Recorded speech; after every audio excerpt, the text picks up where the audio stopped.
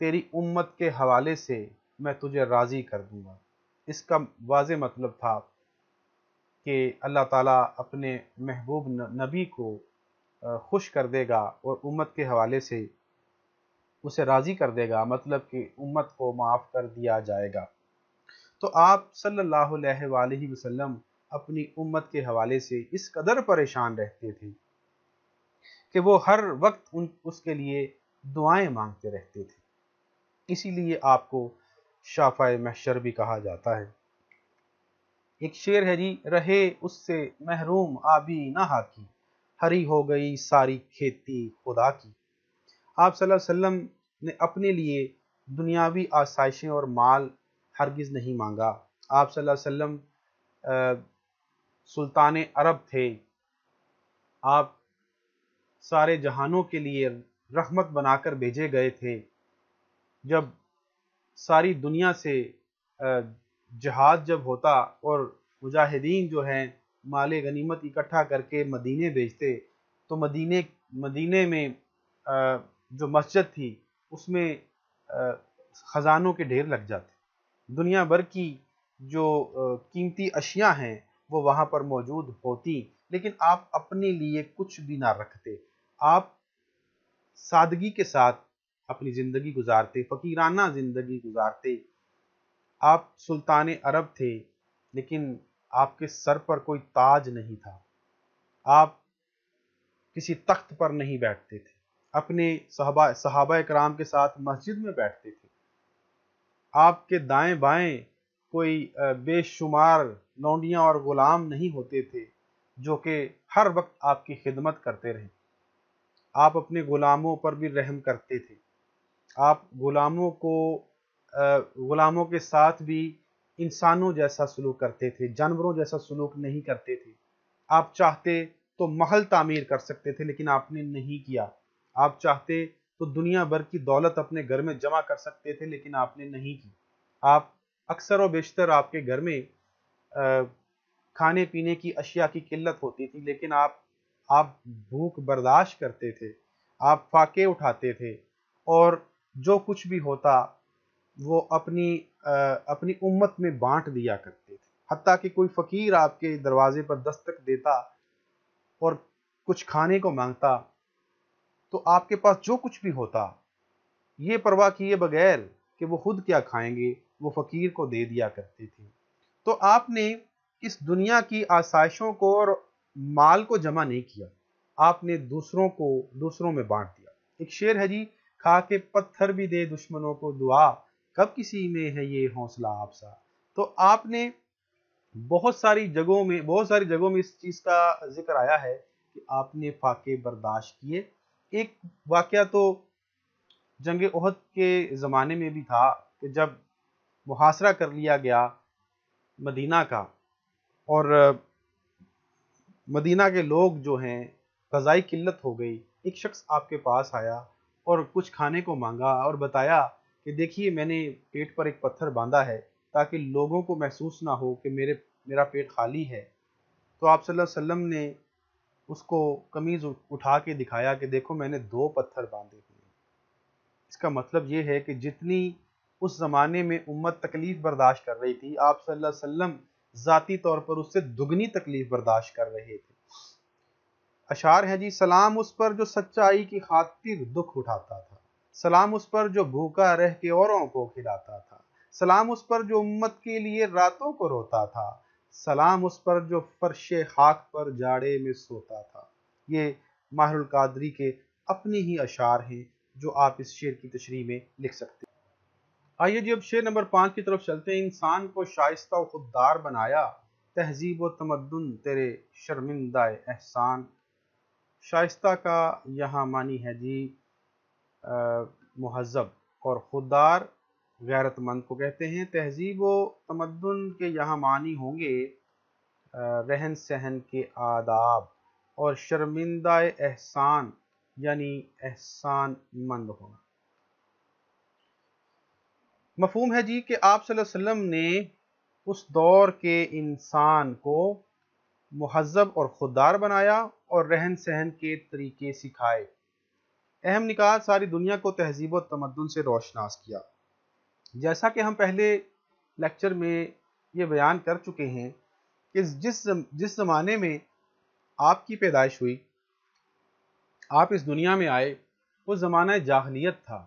عرب میں ایسی کبھی جو روایات تھیں کہ آج کا انسان سن کر شرمندہ ہو جائے، ہر برائی پائی جاتی تھی۔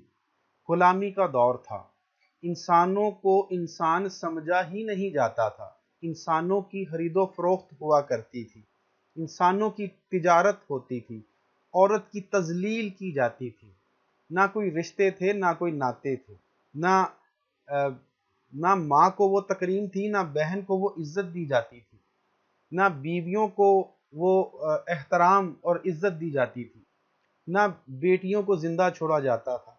یعنی عورت کی اس قدر تذلیل کی جاتی تھی کہ کسی عورت کو اپنے گھر میں برداشت نہیں کیا جاتا تھا، خاص طور پر بیٹی پیدا ہونے پر زندہ دفن کر دیا جاتا تھا۔ یہ تو عرب کے حالات تھے، لیکن وہ عرب سے باہر اگر ہم دیکھیں تو عجب میں بھی یہی تھا کہ بڑی بڑی جو ریاستیں اور اس زمانے کی قوتیں تھیں جن کو کیسر و کسریٰ کہا جاتا ہے، وہاں بھی کچھ اس سے مختلف حالات نہیں تھے، بلکہ اس سے بھی زیادہ بدتر حالات تھے۔ انسان جانوروں جیسی زندگی گزارتا تھا، ایک دوسرے سے بات کرنے کی تمیز نہیں تھی، لوگوں کی جانوں کی پرواہ نہیں ہوتی تھی، لوگ اس طرح قتل کر دیے جاتے تھے جیسے آج کل کیڑے مکوڑے پاؤں میں مسل دیے جاتے۔ تو یہ عالم تھا اس زمانے میں۔ آپ صلی اللہ علیہ وسلم نے آ کر ساری دنیا کو تہذیب و تمدن سے روشناس، یعنی ان کو رہن سہن کے طریقے سکھائے، ان کو آداب معاشرت سکھائے، ان کو بتایا کہ اس سماج میں رہنے کا سلیقہ کیا ہے، ایک دوسرے کے ساتھ گفتگو کا سلیقہ کیا ہے، ایک دوسرے کے ساتھ رہنا کس طریقے سے رہا جا سکتا ہے، ایک دوسرے کو کس طرح برداشت کیا جا سکتا ہے۔ ارشاد ربانی ہے، بے شک اللہ نے ایمان والوں پر احسان کیا جب اس نے انہی کے درمیان میں سے ایک رسول بھیجا، وہ ان پر اس کی آیتیں پڑھتا ہے، ان کو پاک کرتا ہے، ان کو کتاب اور حکمت سکھاتا ہے، اگرچہ یہ پہلے کھلی گمراہی میں تھے۔ زندگی کے ہر شعبے میں آپ صلی اللہ علیہ وسلم سے رہنمائی ملتی ہے۔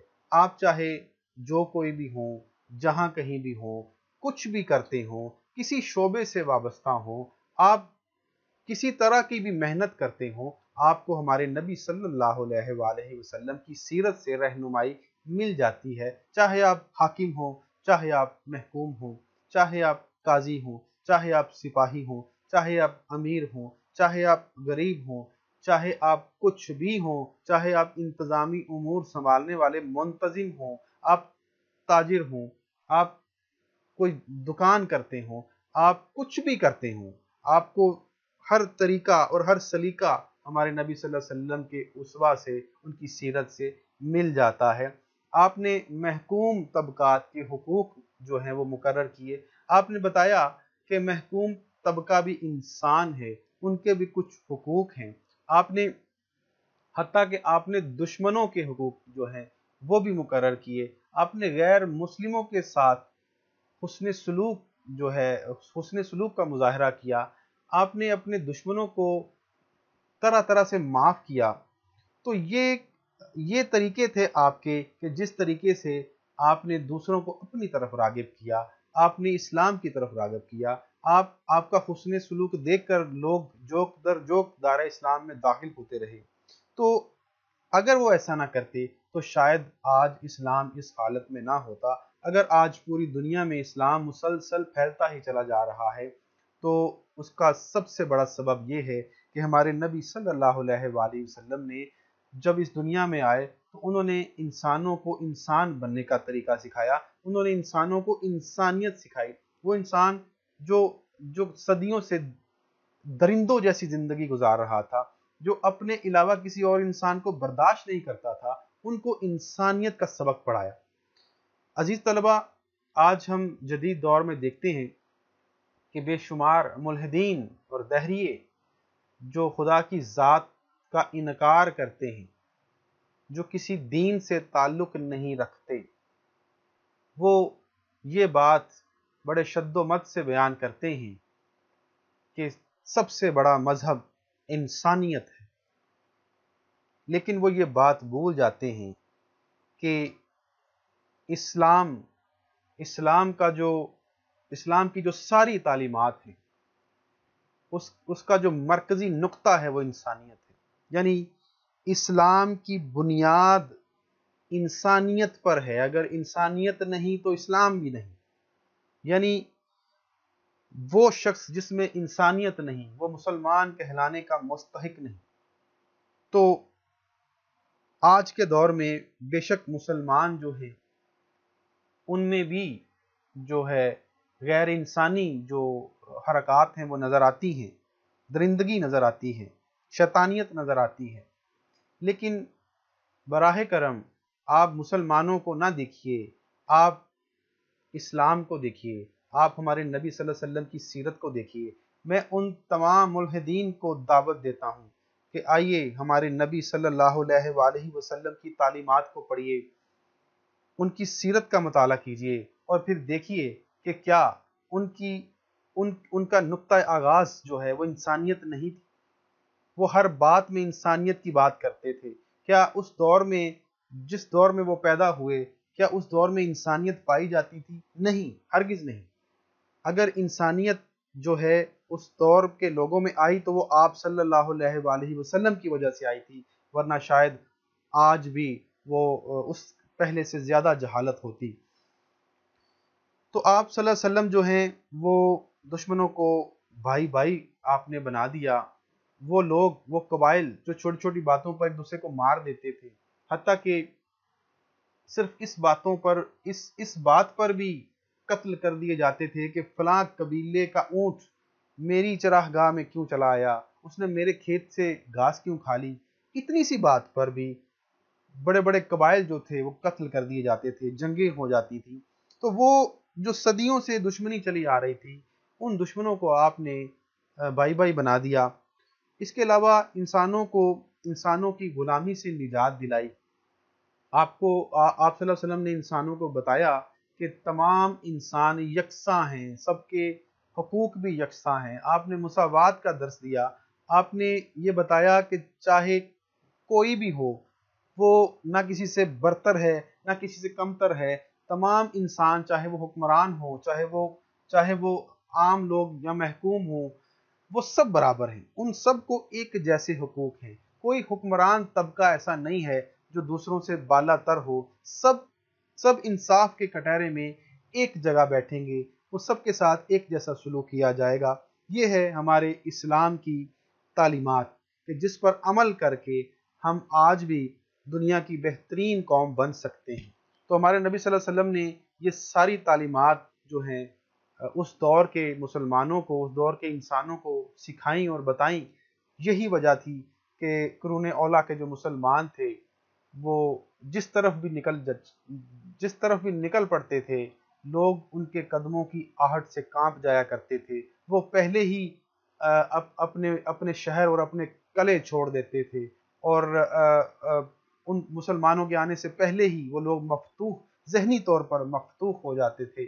تو یہ کیوں تھا، یہ کیسے تھا؟ یہ صرف آپ صلی اللہ علیہ وسلم کی سیرت کی وجہ سے تھا، آپ کے حسن سلوک کی وجہ سے تھا، آپ نے جو رہن سہن کے آداب بتائے تھے ان کی وجہ سے تھا، آپ نے جو لوگوں میں خودداری پیدا کی تھی اس وجہ سے تھا. شعر ہے جی: جس نے صحرا نشینوں کی تہذیب کی، جس نے اورا کے فطرت کی ترتیب کی، کور چشموں کو اہل نظر کر دیا، راہ زن تھے انہیں راہ بر کر دیا. کور چشم اندھے، اہل نظر جو نظر رکھنے والے ہوں، راہ زن لٹیرے، راہ بر رستہ دکھانے والے. یعنی اندھوں کو بصارت عطا کی اور لٹیروں کو راہبر بنا دیا. یہ صرف آپ صلی اللہ علیہ وآلہ وسلم کا ہی کام تھا، جنہوں نے اس دور میں انسانیت کا سبق دیا اور در حقیقت انسان کو درندگی سے انسانیت کی طرف راغب کیا. آخری شعر دیکھتے ہیں جی، آخری اور چھٹا شعر: رحمت کا یہ عالم، مروت کا یہ انداز، ماہر سا گنہگار ہے وابستہ داماں. تو یہ ایک طرح سے مقطع ہے، ماہر القادری نے اپنا تخلص اس میں استعمال کیا ہے۔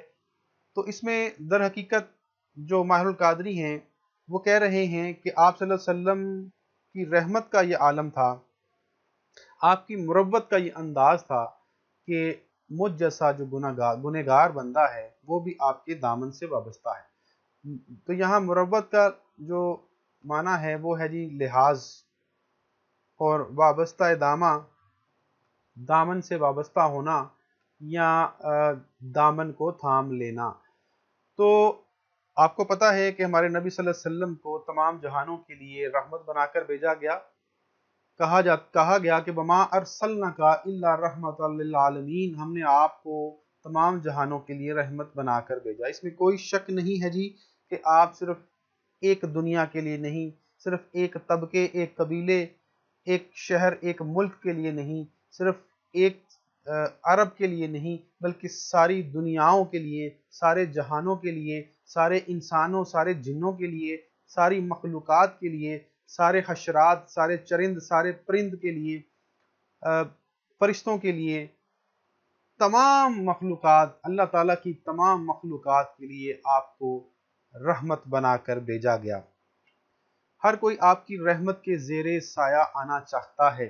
اس کی وجہ یہ ہے کہ سب کو یہ معلوم ہے کہ آپ صلی اللہ علیہ وسلم اللہ تعالیٰ کے آخری اور محبوب نبی ہیں۔ آپ کی بات اللہ تعالیٰ نہیں ٹال سکتا۔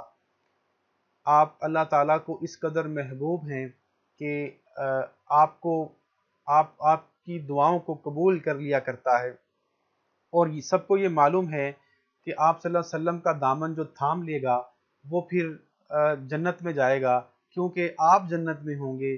تو جب آپ جنت میں ہوں گے تو یہ کس طرح ممکن ہے کہ آپ کے ساتھ سفر کرنے والا، آپ کے نقش قدم پر چلنے والا، آپ کی پیروی کرنے والا، آپ کی تقلید کرنے والا، آپ کی سیرت پر عمل کرنے والا، آپ کے نقش قدم پر چلتا چلتا کس طرح پیچھے رہ سکتا ہے؟ یقیناً وہ بھی آپ کے ساتھ ساتھ جنت میں داخل ہوگا۔ اس کا مطلب یہ ہے کہ آپ کی سنت پر، آپ کے احکام پر عمل کرنے والا کبھی بھی پیچھے نہیں ہٹ سکتا، کبھی وہ صراط مستقیم سے بھٹک نہیں سکتا، کبھی وہ دوزخ میں نہیں جا سکتا۔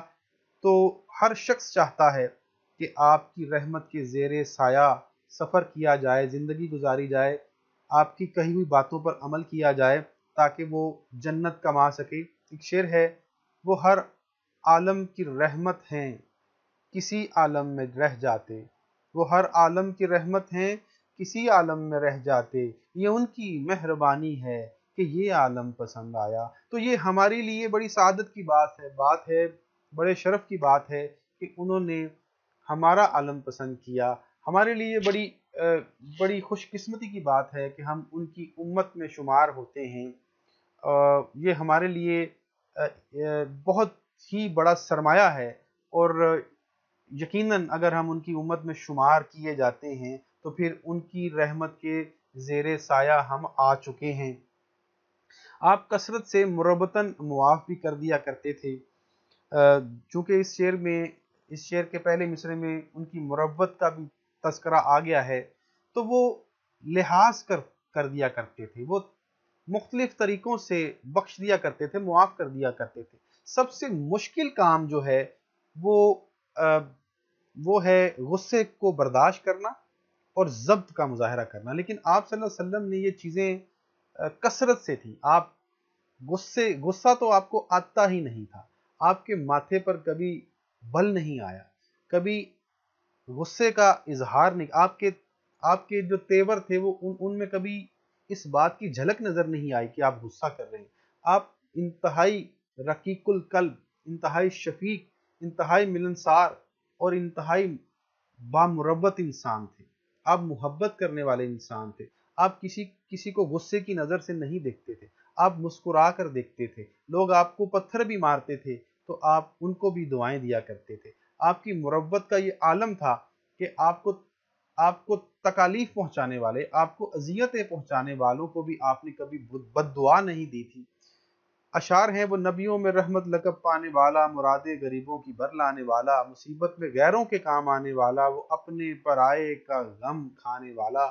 تو آپ نے وہ واقعہ سنا ہوگا کہ جب آپ دعوت توحید لے کر طائف گئے، وہاں کے سرداروں سے بات کی، لیکن وہاں کے سرداروں نے کچھ شریر لڑکوں کو آپ کے پیچھے لگا دیا جو آپ کو پتھر مارتے رہے، آپ کو تکلیف دیتے رہے، آپ پیروں تک لہو میں ڈوب گئے، سر سے لے کر پاؤں تک آپ لہو میں شرابور ہو گئے اور ایک باغ میں پناہ لی۔